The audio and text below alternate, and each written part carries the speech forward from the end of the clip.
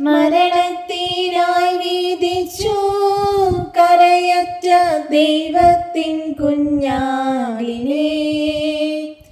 അപരാധിയായി വിധിച്ചു കൽമഷം കലരാത്ത കർത്താവിനെ. അറിയാത്ത കുറ്റങ്ങൾ നിരയായി ചുമത്തി പരിശുദ്ധനായ നിന്നിൽ കൈവല്യദാതാവിൻ